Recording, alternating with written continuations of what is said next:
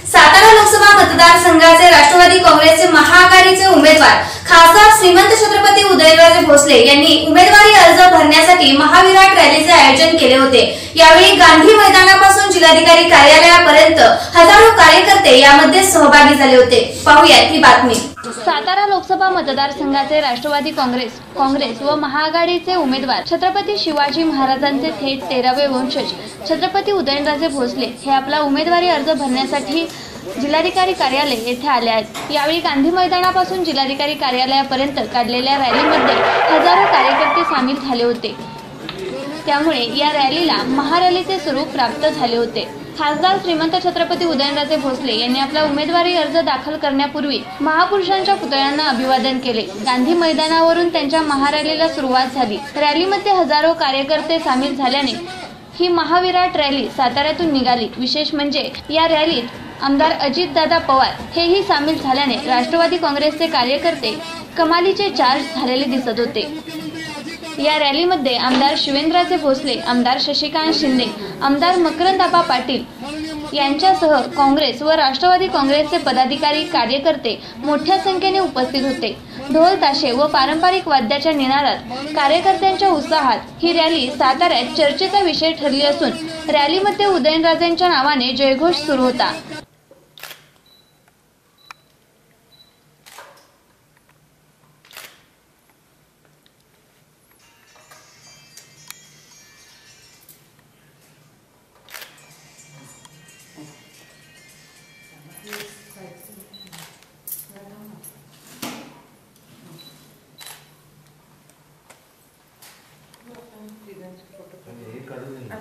असून एक मिनिट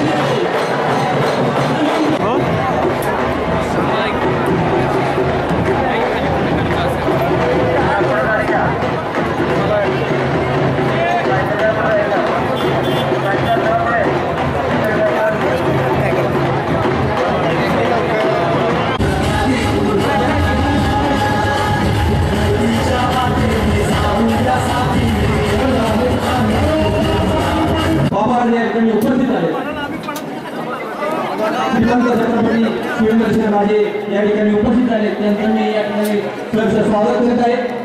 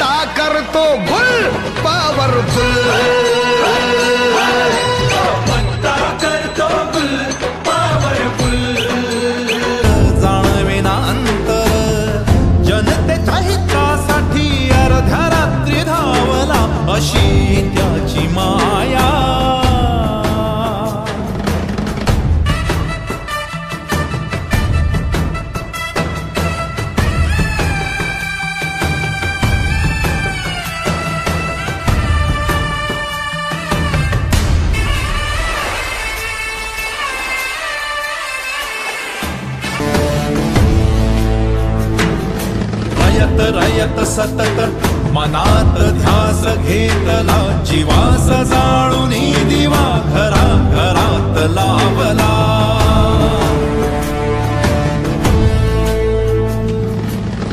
पोचरे तो रयतेचा राजा उदयन राजे समान नाही कोणी तुझ्या असा हा मैत्र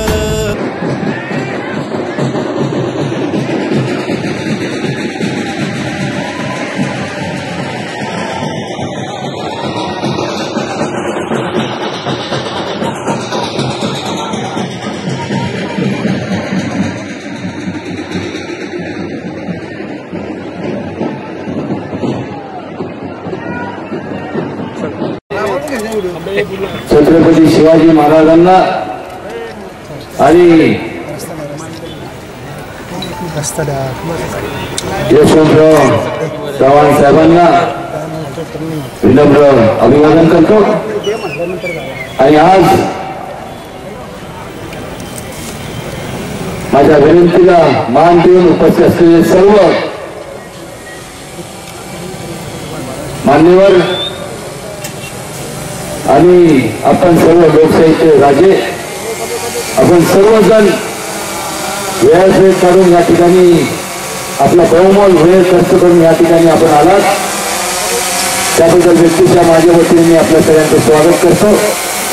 आणि आपण आल्याबद्दल आपल्या सगळ्यांचे मनपूर्वक आभारी मानतो।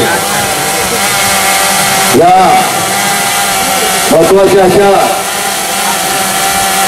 क्षणी उपस्थित असलेले आदरणीय कदम आमचे मित्र आमदार शशिकांतजी शिंदे, आमचे बंधुराज शिवेंद्रराजे भोसले, आमदार बाळासाहेब पाटील, आमदार आनंदराव पाटील, आदरणीय विक्रमसिंह पाटणकर सरकार, आमचे धाकटे काका आदरणीय शिवाजीराजे काका, आमचे मित्र आमदार मकरंदाबा पाटील, आमचे मित्र माजी आमदार प्रभाकर घारगे, आवर्जून या कार्यक्रमाला उपस्थित असलेले अविनाशराव रामेष्टे, कैलासवासी अण्णासाहेब पाटलांचे चिरंजीव माझे मित्र रमेश पाटील, ज्यांनी बूथ कमिटीचं अत्यंत चांगल्या प्रकारे मार्गदर्शन या संपूर्ण माझ्या मतदारसंघात केलं। आणि भविष्यकाळातले पदवीधर मतदारसंघातले उमेदवार माझे मित्र सारंग पाटील, माझे कॉलेजचे मित्र सत्यजित पाटणकर, माझे मित्र आमदार जयकुमार गोरे, त्याचबरोबर आवर्जून या ठिकाणी मला आशीर्वाद देण्याकरता उपस्थित असलेले आमच्या आईसाहेब राजमाता कल्पना राजे, त्याचबरोबर उपस्थित असलेल्या माझ्या सुविध पत्नी दमयंती राजे,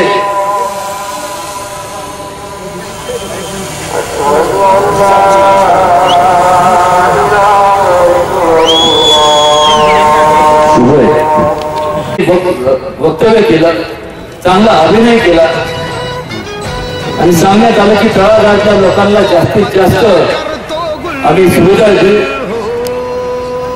त्यांच्या जीवनमान उंचवू। पण मात्र आपण जर पाहिलं तर दिलेले सर्व आश्वासनं हे फक्त दिशाभूल करण्याकरता होते।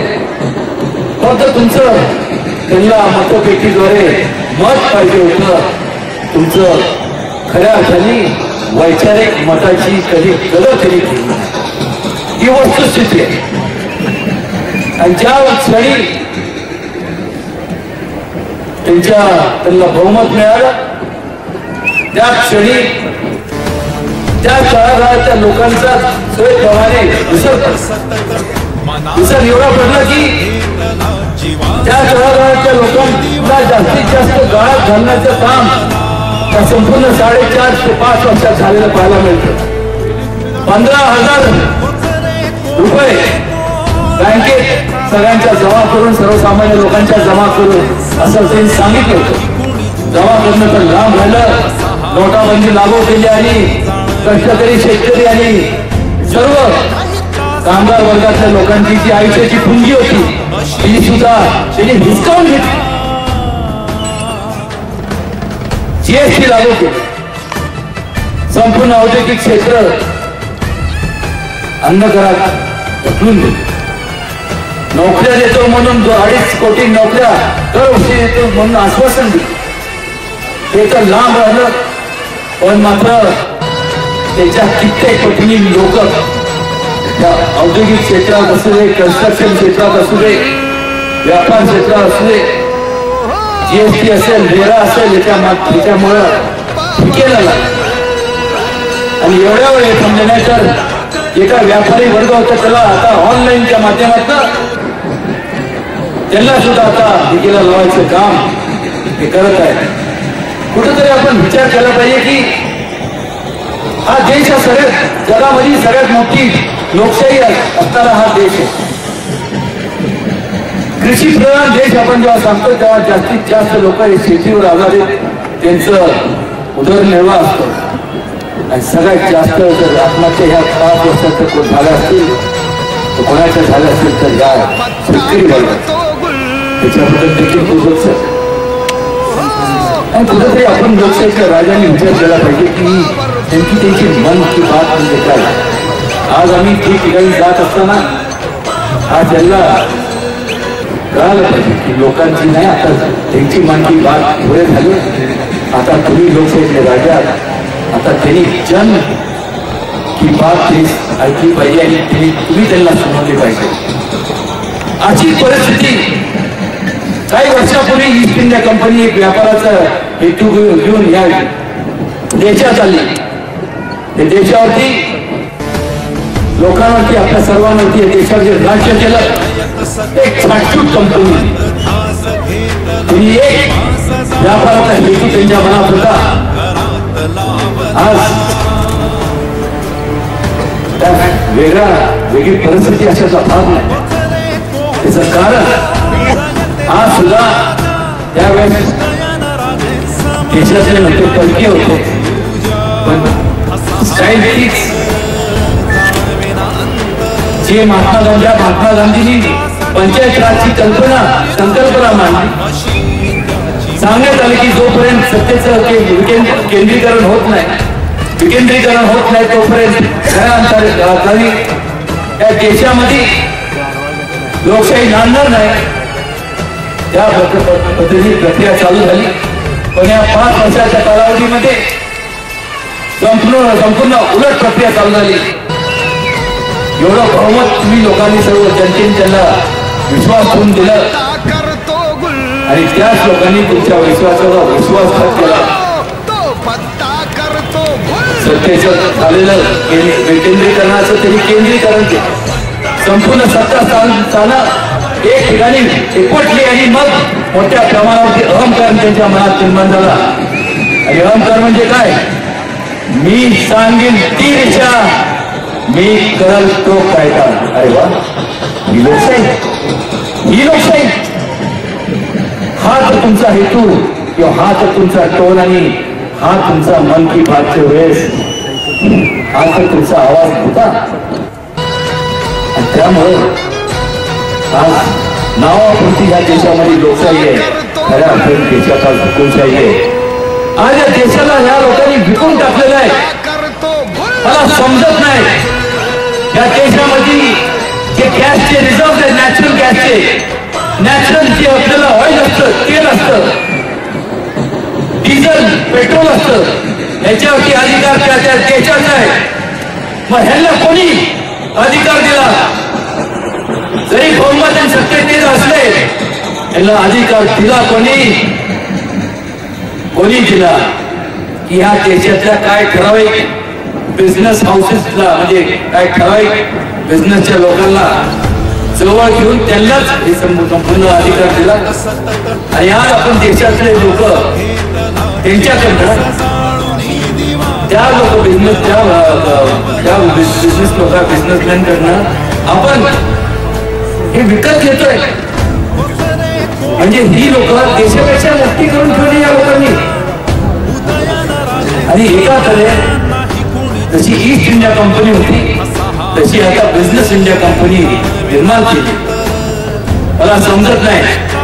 ठीक आहे, मी समजू शकतो की एखादा माणसाने संपूर्ण स्वतःच्या स्वकर्तृत्वावर आणि संपूर्ण बुद्धीच्या माध्यमातून मोठा उद्योग समूह उभा केला. पण एखादा व्यक्ती ह्या देशापेक्षा श्रीमंत होतो. मला या संपूर्ण सत्ताधारी लोकांना एकच प्रश्न आहे. खऱ्या अर्थाने हिंमत असेल तर संपूर्ण ह्या देशाच्या जनतेला त्यांनी सांगून दाखवावं, त्यांनी विस्तृतपणे सांगावं की ही लोक त्या देशापेक्षा मोठी कशी. आणि मग उद्या आज झालं फक्त गॅस विकला, नॅचरल गॅस, ऑइल विकलं. उद्या त्या नद्या एक करून त्या नद्या सुद्धा एक बिझनेस लोकांना विकल्या. तर बिझनेस लोकांकडनं आपण पाणी विकत घ्यायचं. काय चाललंय काय? दिसताना आपल्याला एक दुसऱ्या डोळ्यात दिसणारी लूटमार चाललेली आहे. अशीच परिस्थिती तुम्हाला सांगतो. काही वर्षांपूर्वी रशियामध्ये आली होती USSR, United sovereign socialist Republic. भारतापेक्षा कित्येक पटीने मोठा देश होता. आज काय अवस्था झाली? सगळ्या जगात मोठे कोण असतील तर त्या देशातले, कसं आज त्या देशातले जे बिझनेस इंडिया कंपनी जशी आहे तसे त्या देशातले जे लोक होते असेच त्यांनी त्या देशाला स्वतःच्या स्वार्थापोटी सगळं विकला तो देश.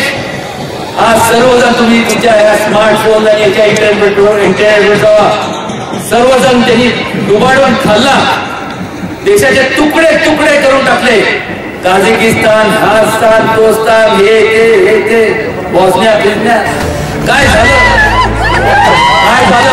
असू नका. काय चिट्ट्यावर झालं? वेळ लागला का तुम्हाला? काय झालं? तुकडे तुम्ही शिट्ट्यावर.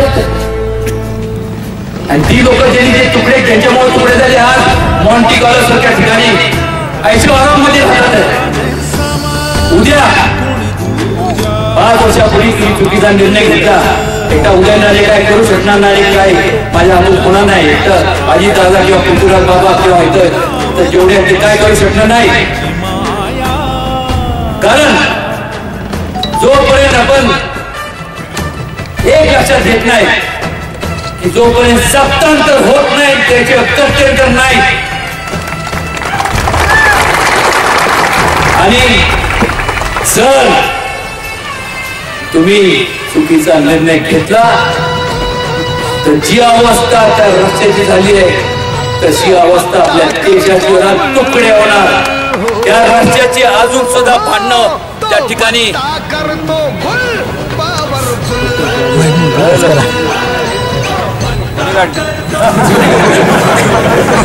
सत्ताधाऱ्यांना परवडलं नाही माझं भाषण.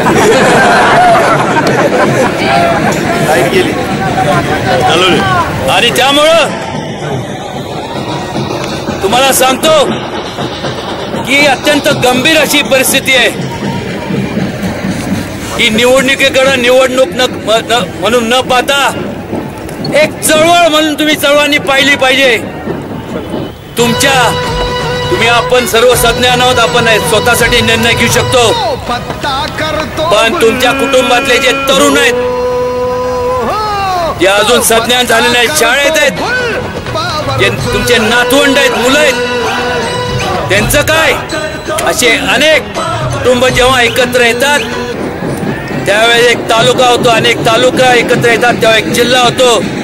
अनेक जिल्हे एकत्र येतात तेव्हा एक राज्य होतं. असे अनेक राज्य एकत्र येतात त्यावेळेस एक देश होतो. आज आपल्याला देश ह्या लोकांच्या मुळे अधोगती सोडून द्या. तो दिवाळखोरीच्या उंबरठ्यावर येऊन पोहोचलेला आहे. या देशाला वाचवणं केवळ नाही तर तारण्याचं काम आपल्याला करून प्रगतीच्या मार्गावरती आपल्याला नेण्याचं काम करायचं आहे. तरच खऱ्या अर्थाने आज कुठंतरी आज आपण एक या जे छत्रपती शिवाजी महाराजांना अभिप्रेत होतं स्वराज्याची त्यांची संकल्पना, ज्यासाठी अनेक स्वातंत्र्य सैनिकांनी त्यांचं बलिदान दिलं, ज्यासाठी अनेक लोकांनी जे शहीद झाले, जे नौजवान, खऱ्या अर्थाने त्यांचा विचार करणं पाहिजे आणि मुळात या देशाच्या प्रगतीचा आणि या ओघाने तुमच्या सर्वांच्या आपल्या सगळ्यांच्या प्रगतीचा विचार करणं गरजेचं आहे. कारण ज्या वेळेस त्यांना त्या अनेक जेवढे या व्यासपीठावरती सर्वजण आहेत या सर्वांनी विनोद केला आणि सांगितलं की ठीक आहे, आपण सर्व माणसं आहोत, आपण चुकल्यानंतर चूक आपण सुधारू शकतो. पण अहंकार एवढा माजलाय त्यांच्यामध्ये, ठीक आहे आम्ही बघू, आणि त्यांना एवढा अहंकार माजलाय की जोपर्यंत हे बदलत नाही, हे उलटून टाकत नाही आपण सरकार, तोपर्यंत खऱ्या अर्थाने प्रगती होणार नाही. नाहीतर तुम्हाला सांगतो एक निश्चित आहे, इंडियाचं स्पेलिंग जे आहे ते मला आज आपल्या सगळ्यांना कळतं सर, ते म्हणजे INDIA इंडिया. पण चुकीचं हे जर सरकार तुम्ही जर उलटून टाकलं नाही तर त्याच इंडियाचं स्पेलिंग होणार आहे SOMOLIA. याचा अर्थ सोमालिया. आज सोमालिया राष्ट्राची परिस्थिती बघा, तिथं कायदा कानून अस्तित्वात नाहीये, बलात्कार चाललाय तिथं, काय म्हणजे बॉक्सी मर्डर खून हे ते, कोणी कोणाला मारतंय काय करतंय, अशी अवस्था आपल्या देशाची आणि आपल्या कुटुंबाची आपल्याला करून घ्यायची नाही, हे निश्चित आहे. आणि त्यामुळं आज आपण सर्वांनी या ठिकाणी एक चांगला निर्णय घ्यायला आपण एकत्र आलो आहोत आणि मला खात्री आहे की आपण सर्व तो निर्णय घेणार आहोत.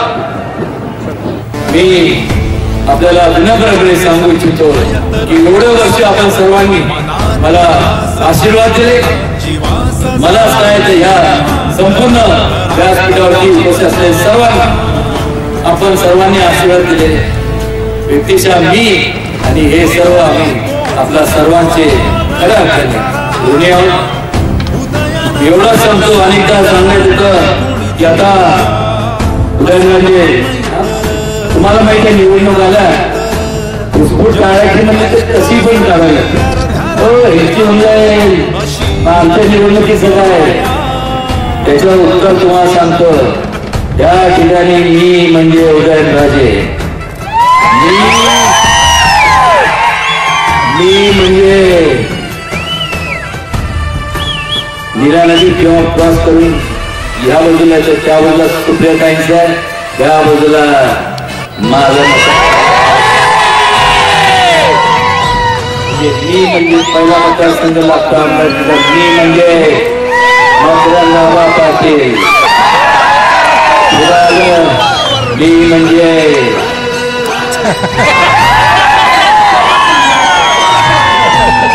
जो मैं बोलता हूँ, जो मैं करता हूँ, और जो मैं नहीं बोलता वो डेफिनेटली करता हूँ. असे म्हणणारे आमचे बंधुराज शिवराजे आणि त्या पुढे आलं की मग मी म्हणजे माघाडीचे संगनातील तोफ म्हणा, वावटळ म्हणा, शशिकांतजी शिंदे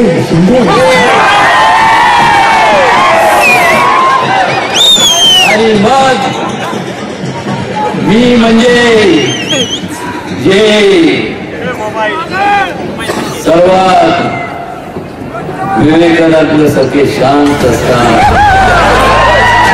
ज्ञानी कमी बोलतात पण काम करून दाखवतो. असे मी म्हणजे बाळासाहेब पाटील